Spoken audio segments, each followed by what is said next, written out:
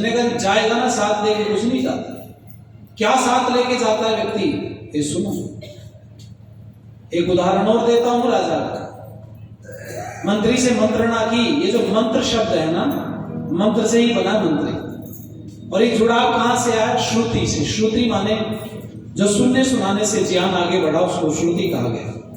और वो जब लिपिबद्ध हुआ स्वयंभू मनु नाम के राजा के समय में, तो फिर वो वेद के नाम से आया। वेद में क्या है? वेद का अर्थ है ज्ञान। वेद के अंदर क्या है? वेद के अंदर है मंत्र। मंत्र माने क्या होता है जी? मंत्र माने जानना चाहते हो तो मैं आपको ले चलूं सोमनाथ के मंदिर में। जब महमूद गजनवी ने उसको लूटा और लूटने के उद्देश्य से वो 10,000 सैनिक लिए खड़ा था वहां पर, तो 5,000 देवदासियां थी और 5,000 पुजारी थे मंदिर में। अगर वो ईंट पत्थर भी उठा के ऊपर से फेंक के मारते तो कुछ देर तो थोड़ा मुकाबला करते। राजा भीमदेव सोलंकी भी अपने 5,000 सैनिक लेके आया था। उसका राज्य भी मिलता हुआ था। उसको पता चल गया था कि उसको लूटने के उद्देश्य से महमूद गजनवी आ रहा। तो सारे जितने भी वहां पर पंडित थे उन्होंने मना कर दिया। उन्होंने कहा यहाँ सोमनाथ भगवान में इतनी शक्ति है, शत्रु सामने आते ही परास्त हो जाएगा, इतनी ताकत है। क्योंकि मूर्ति बीच में टंगी थी, अदर में कोई खंबा नहीं था, तार नहीं था, कुछ भी। और वो बड़े दिमाग से लगाई थी, चुंबक के वेग से टंगी थी। उसके अंदर मूर्ति के धातु भरी गई थी। ऊपर की परत सोने चांदी आदि धातुओं की होगी बारीक सी, उसके अंदर लोहा लगाया गया था। और लोहा जो था वो चुंबक अपनी तरफ खींचती है, तो बराबर बराबर मात्रा की चुंबक इधर भी लगा, इधर भी, बीच में रख दी, दोनों तरफ को खींच रही है। अब दो ऐसे लगा दी। जब चारों तरफ चुंबक लग गई तो बीच में मूर्ति अधर में टंग गई। तो उसको देख के हर व्यक्ति आश्चर्यचकित होता था तो विज्ञान का कमाल। लेकिन उसको जोड़ दिया गया आस्था के साथ में, और सारी दुनिया के लोग नतमस्तक होते। तो एक और पता है क्या होता था? कोई व्यक्ति अपनी बहन बेटी को लेकर के वहां चला गया ना दर्शन करने, किसी सुंदर सी बेटी को, तो वो जो पंडे वहां पर रहते थे वो कहते थे इसको यहीं देवदासी के रूप में छोड़ जाओ सोमनाथ भगवान की सेवा के लिए, नहीं तो पूरा कुल नष्ट हो जाएगा। मैं मेरी बात नहीं बोल रहा, सोमपट्टन का इतिहास लिखा आचार्य चतुर्सेन शास्त्री ने। 17 साल पहले किताब हाथ में लगी, मैं पढ़ा तो आश्चर्य हुआ। उस समय पर छोटे सीधे आर्य समाज की तरफ आ रहे थे, बचपना था बड़ा, लेकिन इतनी आग लगी, हे भगवान। 5,000 भीमदेव सोलंकी की सेना, 5,000 पंडे पुजारी, 5,000 देवदासिया, 15,000 हो गए। और महमूद गजनवी के पास में 10,000 सैनिक। 5,000 ज्यादा थे, आप सोचो, 1.5 गुने। और ऊंचे चबूतरे पर खड़े होकर के अगर ऊपर से कुछ फेंक फेंक के मारते तो भी हो सकता है कहीं किसी हद तक वो बूंद से आधे तो मर ही जाते कम से। लेकिन हुआ क्या? एक मंत्र की वजह से कितना नुकसान हुआ, समझ गए? उन्होंने सस्वर रक्षा सूक्त के मंत्रों का पाठ करना शुरू कर दिया।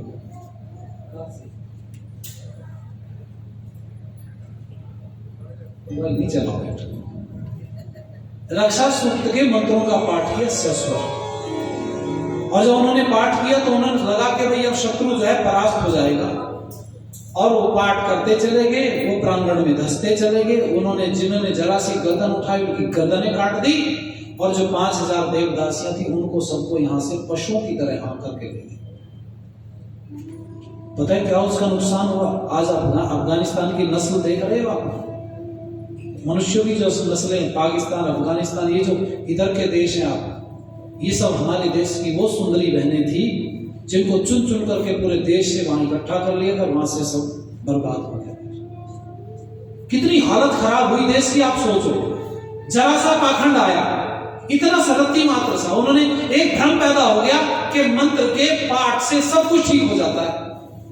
पिछले दिनों मेरे को मिल गए एक व्यक्ति, भागवत कथा चल रही थी, मुझे कहा उन्होंने चलो आप, मैंने कहा मुझे ना ले जाओ, ज्यादा बढ़िया, उन्होंने नहीं चलो आप थोड़ी देर बोलना।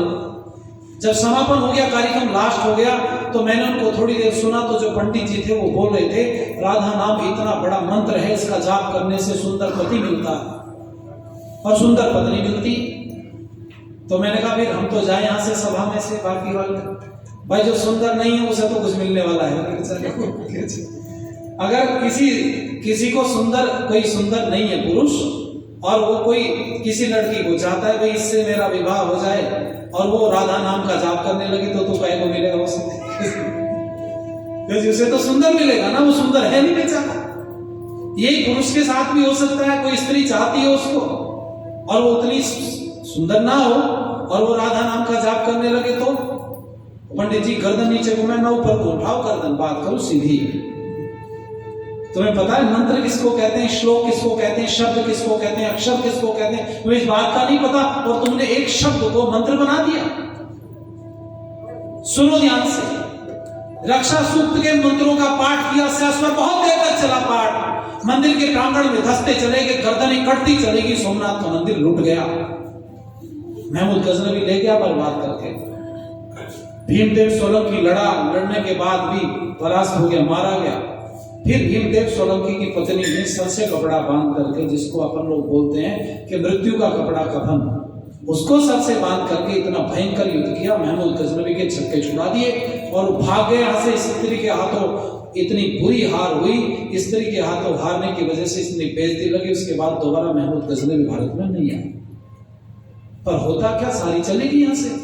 और वो बहन बेटियां गई गजनी के बाजारों में, जो नारे लगे वो नारे बता रहा हूं, आप पुस्तक पढ़ो अगर आपको मिले, तारीख हिंद, तारीख मान इतिहास को कहते हैं, हिंद हिंदुस्तान का इतिहास, अल बरूनी नाम के लेखक ने लिखी। वो कहता है वहां पर जो नारे लगे, हिंदुस्तानी हूरे 2-2 दिनार, 2 दिनार मतलब आज के तुम्हारे 200 रुपए या 2 रुपए, ये समझ लो। हिंदुस्तानी हूरे, हूर आप समझते हैं, शब्दों का प्रयोग वो लोग करते हैं, बहुत सुंदर स्त्री के लिए प्रयोग किया जाता है।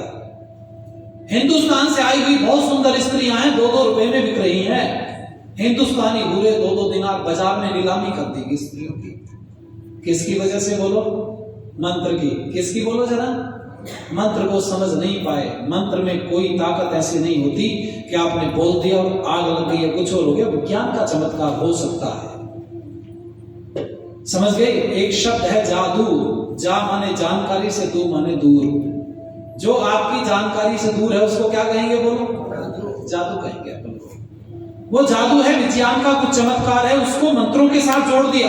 मैंने पिछले दिनों एक व्यक्ति को देखा, उसने 2 यूं कंडे उठाए, उठाने के बाद में उसके अंदर कुछ वहां रखा हुआ था और वो मंत्र पाठ करना शुरू किया। उसने यूं जो हिलाया, आग लग गई उसमें, सबने ताली बजा दी, शोर मच गया। राजस्थान की घटना है वो आ रहा है, तो उसके अंदर मोबाइल में बड़ा, मैंने फिर नीचे कमेंट किया, मैंने कहा फास्फोरस डाल करके और दूसरे केमिकल डाल के जब हिलाएगा जरा सा, आपस में टकराए, आग लग गई। बहुत बड़ा काम है क्या? पानी में भी आग लग सकती है। लेकिन इस धर्म के लोग का पागल बनाया जाता है धार्मिकता का सहारा लेके, और हम लोग समझ नहीं पाते क्योंकि हमें बताया गया कि ईश्वर के विषय में अकल की दखल बोलो नहीं दे रही। पर मैं कहूंगा आपसे, गणित बिना पढ़े आ सकता है? बोलो जी। विज्ञान बिना पढ़े आ सकता है? दूसरे और सूत्र हैं वो पढ़े बिना आ सकते हैं क्या? दुनिया की जब ये गणित बड़ा है या ईश्वर बड़ा है? बोलो जी। अरे गणित बड़ा है या ईश्वर बड़ा है? गणित तो कोई सीख लेगा क्या? ईश्वर को प्राप्त करना सबके बस की बात है? जब गणित बड़ा नहीं है, ईश्वर बड़ा है, तो छोटा सा गणित बिना पढ़े, बिना अच्छे गुरु के नहीं याद हो सकता, नहीं पता चल सकता, तो इतना बड़ा ईश्वर बिना बुद्धि के कैसे पता चल जाएगा? बिना उस समझदार व्यक्ति के जो तुम्हें पढ़ा सकते। ध्यान देना, एक बहुत समझदार व्यक्ति की आवश्यकता होती इन सब विषयों के लिए। इसलिए मैं कहूंगा आप लोगों से, हम लंबे निकल गए। मंत्र माने होता है विचार। क्या होता है बोलो सर? वेद माने ज्ञान, वेद के अंदर है मंत्र, मंत्र माने विचार, और मंत्र से बना मंत्री। क्या बना बोलो? जिसके पास जितने ज्यादा विचार होते हैं उतना बढ़िया मंत्री। और मंत्री सही बन गया एक शब्द मंत्रालय। जहां बैठते हैं मंत्री चर्चा करते हैं तो उसको क्या कर दिया जी? मंत्रालय कर दिया। विद्यालय, विद्या की जहां से प्राप्ति हो रही, जहां से विद्या का उद्गम हो